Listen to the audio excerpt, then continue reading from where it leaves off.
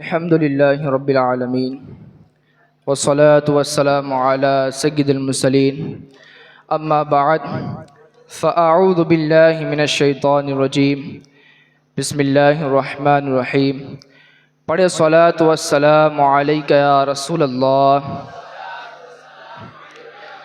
وعلى آلك وأصحابك يا حبيب الله الصلاۃ والسلام علیک یا نبی اللہ وعلی آلک واصحابک یا نور اللہ۔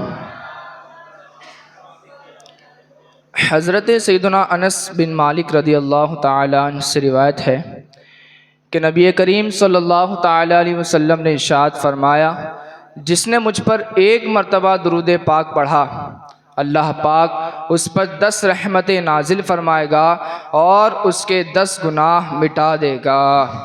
صلو علی الحبیب صلی اللہ علیہ محمد صلی اللہ علیہ وسلم۔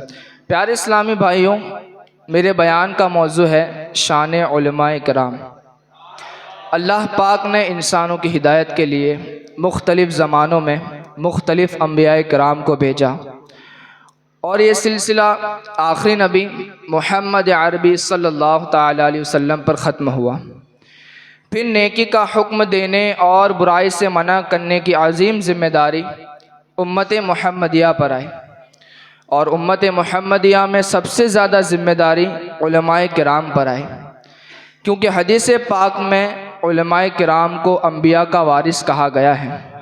اس لیے علماء کرام انبیاء کرام کی سنت پر عمل کرتے ہوئے نیکی کا حکم دیتے ہیں اور برائی سے منع کرتے ہیں۔ یہ علم کے ایسے چراغ ہوتے ہیں جو جہالت کے اندھیروں میں ڈوبے ہوئے ہزاروں لوگوں کو علم کی روشنی دے کر صحیح راہ دکھاتے ہیں۔ حضرت امام غزالی رضی اللہ تعالیٰ عنہ نے فرمایا کہ حضرت یحییٰ بن معاذ رضی اللہ تعالیٰ عنہ فرماتے ہیں، علماء کرام امت محمدیہ پر ان کے ماں باپ سے بھی زیادہ رحم کرنے والے ہیں۔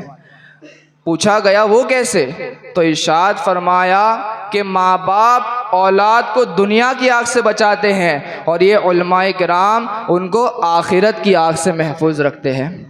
اللہ پاک قرآن مجید میں پارہ 2 سورہ فاطر کی آیت نمبر 28 میں ارشاد فرماتا ہے، انما یخشی اللہ من عبادہ العلماء، اللہ سے اس کے بندوں میں سے وہی ڈرتے ہیں جو علم والے ہیں۔ آقا کریم صلی اللہ تعالیٰ علیہ وسلم نے بھی عالم دین کے بے شمار فضائل بیان فرمائے ہیں۔ ترمذی کی حدیث پاک ہے کہ نبی کریم صلی اللہ تعالیٰ علیہ وسلم نے ارشاد فرمایا، عالم کی فضیلت عابد پر ایسی ہے جیسے میری فضیلت تمہارے ادنا شخص پر ہے۔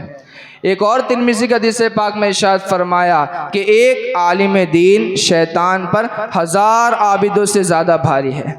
تذکرۃ الواعظین کی حدیث پاک میں ارشاد فرمایا کہ جو شخص کسی عالم کی تعظیم کے لیے کھڑا نہ ہوا وہ میری شفاعت سے محروم رہے گا، اور جس شخص نے کسی عالم کو 1 درہم دیا، یا جس شخص نے کسی عالم دین کو 1 دینار دیا، یا پیٹ بھر کھانا کھلایا یا پانی پلایا، تو اللہ تعالیٰ اس شخص کو نیک اولاد عطا فرمائے گا، اور وہ شخص بروز قیامت بلا حساب و کتاب جنت میں داخل ہوگا۔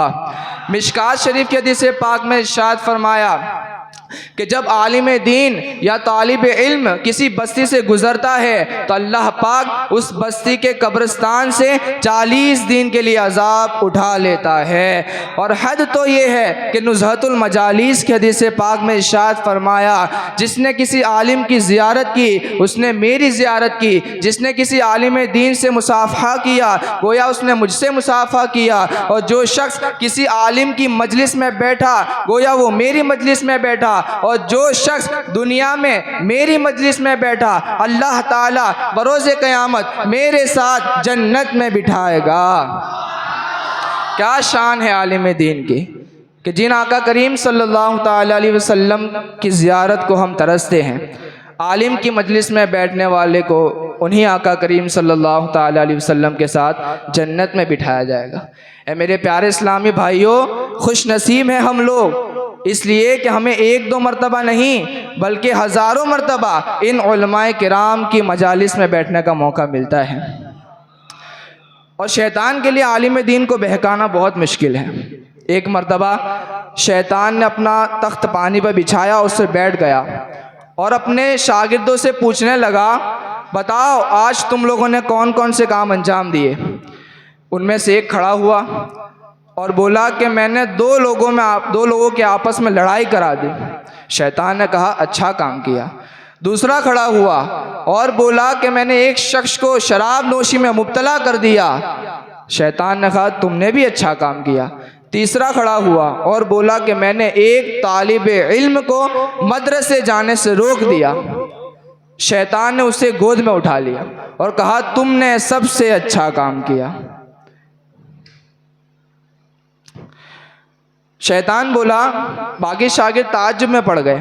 شیطان بولا کہ اگر وہ طالب علم عالم دین بن جاتا تو ہم کبھی اسے بہکا نہ سکتے، آؤ میں تمہیں تجربہ کر کے دکھاتا ہوں۔ چنانچہ شیطان ایک گدھے کو اچھی طرح سجا کر رات کے وقت ایک عابد کے دروازے پر گیا اور عابد سے کہنے لگا کہ آپ نے اللہ پاک کی خوب عبادت کی، اللہ پاک کو پسند آئے، میرے ساتھ فرشتوں کی جماعت ہے، اللہ پاک نے آپ کو معراج کرانے کے لیے آسمان پر بلایا ہے۔ وہ عابد خوش ہو گیا اور گدھے پہ سوار ہو گیا۔ شیطان نے اس گدھے کو لے جا کر جنگل میں چھوڑ دیا۔ وہ عابد ساری رات جنگل میں گھومتا رہا۔ جب صبح ہوئی تو اسے معلوم ہوا کہ شیطان نے اسے دھوکہ دیا ہے۔ پھر وہ شیطان اپنے چیلوں کو لے کر گدھے کے ساتھ ایک عالم دین کے دروازے پر گیا اور دستک دی۔ اندر سے آواز آئی، کون؟ تو شیطان کہنے لگا آپ نے خوب علم دین حاصل کیا، اللہ پاک کی عبادت کی، لوگوں کو نیک راہ دکھائی، اللہ پاک کو پسند آیا، اللہ پاک نے آپ کو معراج کرانے کے لیے آسمان پر بلایا ہے۔ شیطان عالم دین نے کہا کہ مجھے تم شیطان معلوم ہوتے ہو اور مجھے یہاں دھوکہ دینے کے لیے آئے ہو، ہمارے نبی آخری ہے اور ان کو آسمان پر بلا کر معراج کرانا یہ بھی آخری ہے، قیامت تک اللہ تعالیٰ کسی انسان کو آسمان پر بلا کر معراج نہیں کروائے گا۔ اتنا سننا تھا کہ وہ شیطان وہاں سے بھاگ کھڑا ہوا اور اپنے شاگردوں سے کہنے لگا کہ دیکھا تم لوگوں نے اس عابد کو کتنی آسانی سے بہکا لیا، مگر اس عالم دین کو نہ بہکا سکے۔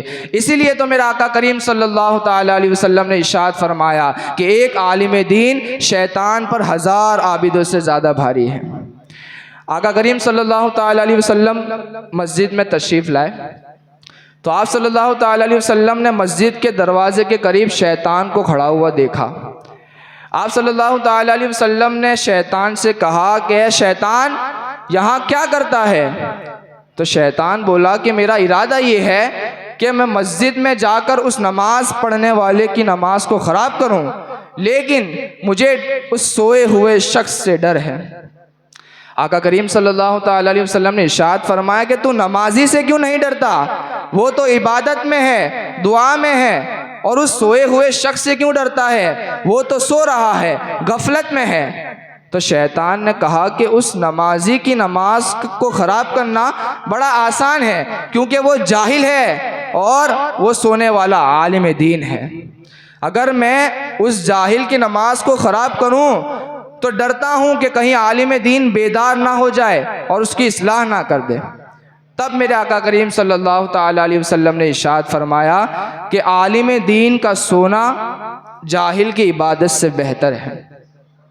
میرے پیارے اسلامی بھائیوں، ایک عابد پوری رات عبادت کرتا رہے اور ایک عالم دین پوری رات سوتا رہے، تب بھی عالم دین کا سونا اس عابد کی پوری رات عبادت کرنے سے بہتر ہے۔ میرے پیارے اسلامی بھائیوں، یہ شان ہے عالم دین کی۔